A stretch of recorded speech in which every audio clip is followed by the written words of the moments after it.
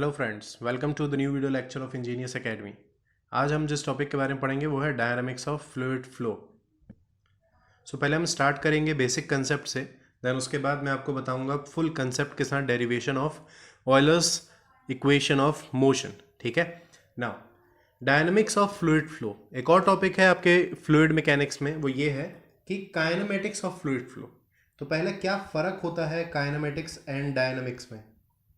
Kinematics and dynamics, इन दोनों में क्या फ़र्क है? ओके, बहुत सारे स्टूडेंट्स को काइनेमेटिक्स डायनामिक्स दोनों अलग अलग पता है, लेकिन दोनों के बारे में डिफरेंस नहीं पता है। ठीक है, सो एकदम बेसिक डिफरेंस है। काइनेमेटिक्स में हम केवल और केवल मोशन की स्टडी करते हैं। ओके, काइनेमेटिक्स में केवल मोशन की स्टडी होती है, लेकिन डायनामिक्स में मोशन के साथ साथ मोशन किस वजह से हुआ है, मतलब फोर्स कौन सा लगा है, उसकी भी स्टडी करते हैं। ठीक है, जब केवल मोशन की स्टडी होगी उसे हम कहते हैं काइनेमेटिक्स ऑफ मोशन। जब मोशन के साथ साथ उस मोशन के कॉज को भी स्टडी करेंगे, मतलब किस फोर्स की वजह से वो मोशन हो रहा है उसको भी स्टडी करेंगे, तो उसे कहते हैं डायनामिक्स ऑफ मोशन। ठीक है, तो आज जो हमारा टॉपिक है वो है डायनामिक्स ऑफ फ्लूइड फ्लो। तो ना ही केवल फ्लूइड फ्लो के पैरामीटर्स जैसे वेलोसिटी, एक्सेलरेशन, उनके बारे में स्टडी करेंगे, बल्कि उनके साथ साथ फोर्स की भी स्टडी होगी, जिस फोर्स की वजह से वो फ्लो हो रहा है। अब जहां फोर्स और मोशन दोनों एक साथ आ जाते हैं, तो यहां पे एक चीज जरूर आएगी जो आपको दिखेगी, वो है Newton's second law of motion. Newton's का second law of motion. Okay, I hope Newton का सेकेंड लॉ सबको पता होगा, that is net force is equal to mass into acceleration. Okay, किसी पर्टिकुलर डायरेक्शन में net force is equal to mass into acceleration, ये है Newton's का second law. तो जब हमें फोर्स की स्टडी करनी है तो पहले हमें यह देखना होगा कि अगर एक फ्लूइड फ्लो करता है तो उस पर कौन कौन से फोर्स लग रहे होते हैं। ठीक है ना, पहला फोर्स अगर मैं आपको बताऊं तो वो होगा उस फ्लूइड के वेट के कारण, ग्रेविटी के कारण उस पर एक ग्रेविटेशनल फोर्स लगेगा, जिसे मैं Fg से डिनोट कर रहा हूं, that is due to gravity. दूसरा प्रेशर फोर्स लगेगा। तीसरा उसकी विस्कोसिटी के कारण उस पर विस्कस फोर्स लगेगा, जिसको Fv से डिनोट करते हैं, that is viscous force. Okay, fourth force है अगर बीच में कोई ऑब्स्टेकल आ जाए उसके फ्लो के, तो टर्बुलेंस के कारण एक और फोर्स लगेगा, जिसे हम Ft से शो कर रहे हैं, this is due to the turbulence. और लास्ट फिफ्थ फोर्स है उसकी डेंसिटी के कारण, कंप्रेसिबिलिटी के कारण जो फोर्स लगेगा उसे हम Fc करके शो करते हैं, that is compressibility. Okay, compressibility के कारण। तो मेजरली यही 5 फोर्स किसी भी फ्लूइड पे लगते हैं अगर वो फ्लो होता है तो। ठीक है, सो अगर यही सारे फोर्स को मैं यहां पर लिख दूं तो ये क्या हो जाएगा कि Fg plus Fp plus Fv plus Ft Fc is equal to mass into acceleration. ठीक है, यही 5 फोर्स कंसिडर किए जाएंगे। Okay, now Euler's equation of motion को डिराइव करने से पहले कुछ अजम्पशंस हैं जो हम कंसिडर करके चलेंगे उस डेरिवेशन के लिए। जैसे सबसे पहला अजम्पशन है कि हम ये सारे 5 फोर्सेस में हम सबसे पहले ये मान के चलते हैं कि कंप्रेसिबिलिटी के कारण कोई फोर्स नहीं लग रहा है। ठीक है, कंप्रेसिबिलिटी के कारण कोई भी फोर्स नहीं लगेगा, मतलब उसकी डेंसिटी जो है वो कांस्टेंट रहने वाली है थ्रू आउट द फ्लो। ठीक है, अगर आप कंप्रेसिबिलिटी को जीरो कर देते हैं, कंप्रेसिबिलिटी के कारण जो फोर्स लग रहा है उसको जीरो कर देते हैं, तो इस इक्वेशन ऑफ मोशन जो अब बचा, सिर्फ इसको हटा के जो इक्वेशन ऑफ मोशन बचा उसे हम कहते हैं Reynolds equation of motion. Reynolds equation of motion. Second assumption is, अगर हम बीच में कोई ऑब्स्टेकल नहीं ला रहे हैं, टर्बुलेंस के कारण भी उसका फोर्स जीरो है। ठीक है, सो ये Ft भी जीरो हो जाएगा। अब इस इक्वेशन ऑफ मोशन जो बचा हमारे पास उसको हम बोलते हैं स्टोक्स इक्वेशन ऑफ मोशन। ठीक है, स्टोक्स इक्वेशन ऑफ मोशन।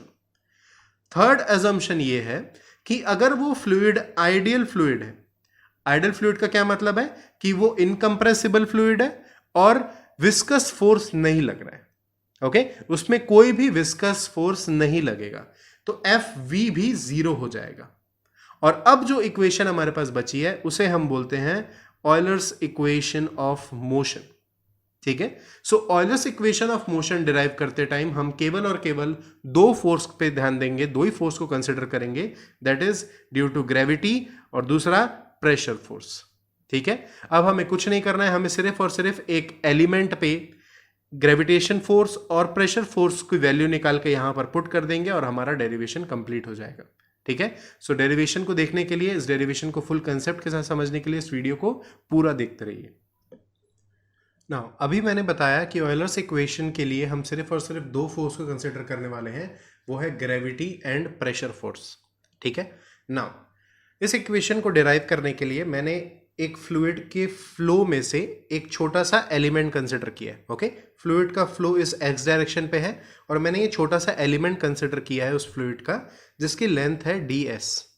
ठीक है, नाउ अब इस एलिमेंट के इस तरफ भी फ्लूइड है और इस तरफ भी फ्लूइड है। ओके, आई होप आपको ये चीज समझ आ रही होगी। नाउ इस एलिमेंट के वेट के कारण इस पे ग्रेविटेशनल फोर्स लगेगा जो कि परपेंडिकुलरली डाउनवर्ड्स होता है। फॉर एग्जाम्पल ये एंगल थीटा बना रहा है। ठीक है, नाउ ये कितना होता है, that is mg। Okay, I hope ये सबको पता है कि वेट की वजह से, उसके मास की वजह से जो फोर्स लगता है उस पर वो है mg। नाउ हमें पता है density is equal to mass into density is equal to mass by volume. Okay, so mass की वैल्यू क्या हो जाएगी, that is density into volume. और वॉल्यूम क्या होता है, volume is what, area into length. ठीक है, तो हमें इस एलिमेंट की लेंथ तो पता है ds, हम एरिया को कंसिडर कर लेते हैं कि वो एरिया dA है। ओके, ये क्रॉस सेक्शनल एरिया क्या है, dA है। सो आपको मास की वैल्यू मिल जाएगी, that is density multiply density of this fluid is rho. Okay, क्योंकि ये इनकम्प्रेसिबल है इसलिए इसकी डेंसिटी चेंज नहीं होगी। So rho is the density, area is what dA and length is what ds, और ये मास है केवल। ओके, तो ये फोर्स कितना हो जाएगा, that is rho into g into D A into D S. Okay, I hope आपको समझ आया होगा। मास की वैल्यू है rho into D A into D s, तो एम इंटू जी क्या हो जाएगा, rho G D A into D S. Okay, I hope ये चीज क्लियर है। तो हमारे को ग्रेविटेशनल फोर्स क्लियर हो गया। अब बात करते हैं प्रेशर फोर्स की। ओके, नाउ हमें पता है प्रेशर क्या होता है, pressure is what, force upon area. So force की वैल्यू क्या हो जाएगी, that is pressure into area. अब अगर हम ये कंसिडर कर ले कि यहां पर जो प्रेशर लग रहा है वो P लग रहा है, ओके, तो एरिया के साथ मल्टीप्लाई करेंगे तो फोर्स मिल जाएगा, और यहां का एरिया कितना है, dA है, तो यहां पर फोर्स कितना लगा, PdA।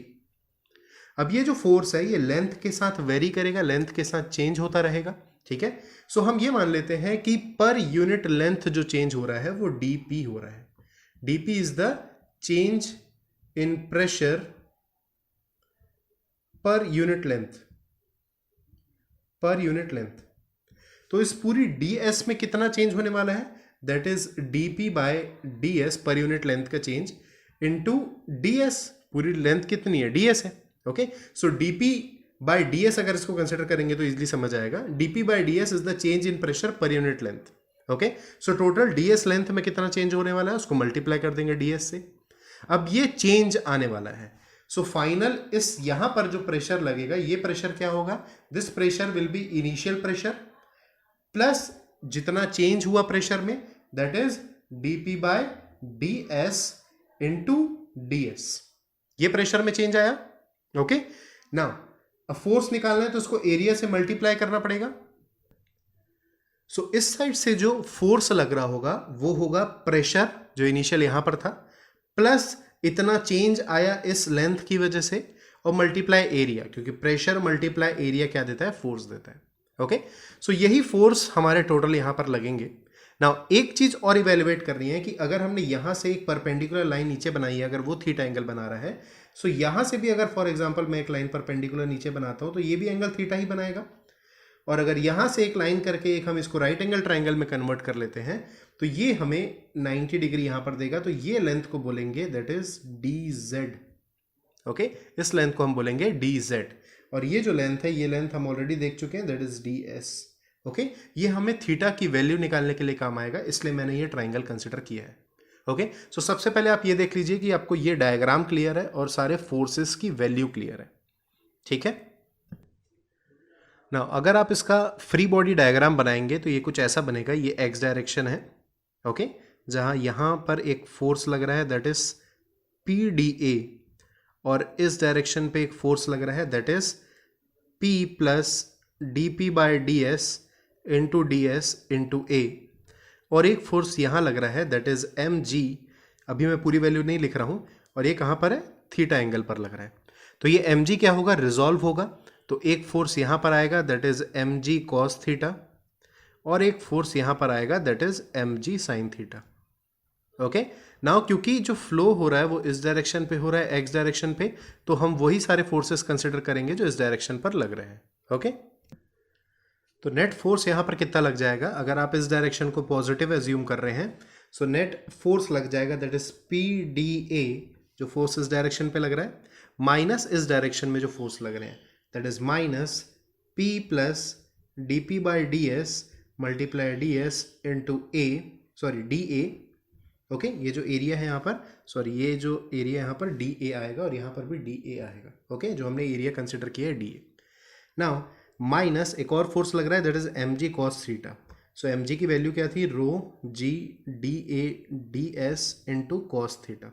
ओके, तो net force is equal to होता है mass into acceleration, mass into acceleration. Okay, यही न्यूटन्स का सेकंड लॉ है। इसमें अगर आप मास को रिप्लेस करना चाहें तो मास को आप रिप्लेस कर सकते हैं, जो वैल्यू हमने यहाँ पर लिखी है वो है rho D A D S into acceleration. Okay, so ये हमें एक फाइनल इक्वेशन मिलेगा। अब बस इस इक्वेशन को मैनिपुलेट करना है। अगर आपको ये इक्वेशन समझ आ गई है तो आगे का कैलकुलेशन बिल्कुल भी डिफिकल्ट नहीं है। ओके, सो आगे बढ़ते हैं इसके मैनिपुलेशन के साथ। इस ट्राइंगल की हेल्प से अगर आप कॉस थीटा की वैल्यू निकालेंगे, सो कॉस थीटा आ जाएगा that is base upon hypotenuse, जिसका बेस है डी जेड एंड हाइपोटेन्यूस क्या है, डी एस है। ओके, ये कॉस थीटा की वैल्यू है, इसको यहाँ पर रिप्लेस करना होगा। और एक्सेलरेशन, एक्सेलरेशन क्या होता है that is D we by D T. Okay, और वेलोसिटी जो है वो फंक्शन है एस दैट इज डिस्प्लेसमेंट और टाइम का। ओके, सो अगर इसको डिफरेंशिएट करेंगे इस फंक्शन को चेन रूल की हेल्प से, सो चेन रूल बोलता है कि अगर आप डी ऑफ ऐसे फंक्शन को डिफरेंशिएट कर रहे हो जो एक्स और वाई पे बेस्ड है, ओके, तो इसका डेरिवेशन क्या होता है, इसका डिफरेंशिएशन होता है that is D F by D X into D X by D T plus D F by D Y multiply D Y by D T. Okay, ये इसका डिफरेंशिएशन है, ये चेन रूल है। ओके, यही rule अगर यहाँ पर apply करेंगे सो एक्सेलरेशन की वैल्यू निकल के आएगी that is D we by D S multiply D S by D T plus D we by D T multiply D T by D T. Okay, so D T by D T तो क्या हो जाएगा, 1 हो जाएगा। और D we by D T अगर हम ये कंसिडर कर रहे हैं कि ये फ्लो स्टेडी है, स्टेडी फ्लो का क्या मतलब होता है कि जो फ्लो पैरामीटर्स हैं वो टाइम के साथ चेंज नहीं होते हैं। ठीक है, so d we by D t को हम क्या एज्यूम कर सकते हैं, 0 एज्यूम कर सकते हैं अगर ये फ्लो स्टेडी है तो। ओके, स्टेडी फ्लो के लिए। And D S by D T क्या होता है, वेलोसिटी होता है। सो एक्सेलरेशन हो जाएगा v into d we by D S. Okay, so cos theta की value d z by D S and acceleration की value v D we by D s अगर यहाँ पर रिप्लेस करेंगे तो यहाँ पर वैल्यू हमें कुछ ऐसे मिलेगी कि इसको रिप्लेस करके v D we by D S लिख सकते हैं, और यहाँ cos थीटा को रिप्लेस करके हम लिख सकते हैं that is d z by D S. Okay, so ये डी एस और डी एस कैंसिल हो जाएगा, यहाँ पर भी ये डी एस और ये डी एस आपस में कैंसिल हो जाएगा। अब इस इक्वेशन को अगर ये ब्रैकेट ओपन करके लिखना हो तो कैसे लिखेंगे, that is P D A minus P D A minus D P by D S into D S. Okay, so that is minus P D A minus D P by D S into D S into D A. Okay, minus rho G D A into D Z, rho G D A into D Z. Okay, and ये बराबर होगा किसके, that is rho D A V D we इसके।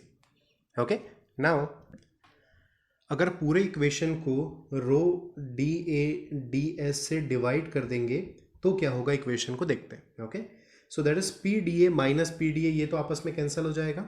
ठीक है, value है minus D P by D S minus D P by D S, D S D A लिखा हुआ है, इसको हमें डिवाइड करना है rho D A D S से। ओके, सो ये वैल्यू आपस में कैंसिल हो जाएगी, minus rho G D A D Z लिखा हुआ है, इसको डिवाइड करना है किससे, rho D A D S से। सो ये डी ए और डी ए आपस में कैंसिल, रो और रो आपस में कैंसिल हो जाएगा, तो बचेगा G D Z D S. Okay, and that is equal to rho D A V D V, इसको डिवाइड करना है rho D A D S से। सो रो से रो कैंसिल हो जाएगा, डी ए से डी ए कैंसिल हो जाएगा, तो बचेगा v D we by D S. Okay, so अगर यही इक्वेशन हम यहाँ पर लिखते हैं तो ये इक्वेशन कुछ ऐसे है कि minus D P by D S, okay, minus, okay, rho भी है यहाँ पर, तो यहाँ पर हम रो लिख लेते हैं, minus G D Z by D S, and that is equal to V D we by D S. Okay, तो जो भी लेफ्ट ओवर चीज़ें थी वो हमने यहाँ पर लिख ली है। ठीक है ना, अगर ये पूरे इक्वेशन को अगर हम उससे पहले हम V D we by D S को इस साइड शिफ्ट कर लेते हैं तो ये हो जाएगा minus D P by rho D S minus G D Z by D S minus V D we by D S is equal to 0। Okay, अब पूरे इक्वेशन को माइनस से मल्टीप्लाई कर लेते हैं और ये डी एस को कॉमन लेके यहाँ पर शिफ्ट कर लेते हैं। ओके, तो फाइनल इक्वेशन मिलेगा D P by row, minus से मल्टीप्लाई करेंगे तो सारे टर्म्स क्या हो जाएंगे, पॉजिटिव हो जाएंगे, और जब आप डी एस को कॉमन लेके यहाँ मल्टीप्लाई करोगे तो यहाँ सबसे डी एस हट जाएगा और यहाँ पे जाके वो मल्टीप्लाई होके 0 हो जाएगा। So D P by rho plus G D Z plus V D V, okay, that is equal to 0। Now यही जो इक्वेशन हमें मिला यही होता है Euler's equation of motion. Okay, तो यही हमारा एम था आज को डिराइव करने का। ओके, आई होप आपको ये डेरिवेशन समझ आया होगा। थोड़ा लेंदी है कैलकुलेशन और कुछ मैनिपुलेशन भी किया गया है, जैसे इसको डिवाइड करना, एक्सेलरेशन की वैल्यू निकालना, कॉस थीटा की वैल्यू निकालना। तो आपको बेसिक पॉइंट्स पे ध्यान देना है, वो सिर्फ और सिर्फ ये है कि फोर्स दो लग रहे हैं, ग्रेविटी और प्रेशर फोर्स। उसके बाद फोर्स लगाने के बाद हमें इक्वेशन लिखना है F is equal to M A, और आपको बस कॉस थीटा की वैल्यू लिखनी है और एक्सेलरेशन की वैल्यू लिखनी है। यही दो वैल्यू लिखने के बाद जो नेक्स्ट स्टेप मिलेगा उसमें ये डिवाइड करना है। ओके, उसके बाद सिंपल मैनिपुलेशन है बस, और कुछ भी नहीं है। ओके, आई होप आपको ये वीडियो अच्छा लगा हो। अगर आपको थोड़ा भी इंफॉर्मेटिव लगा हो, आपको थोड़ा भी समझ आया हो वीडियो, तो प्लीज़ इसे लाइक करें, शेयर करें, और अगर कुछ डाउट है आपको तो आप कमेंट्स करके पूछ सकते हैं। Thank you.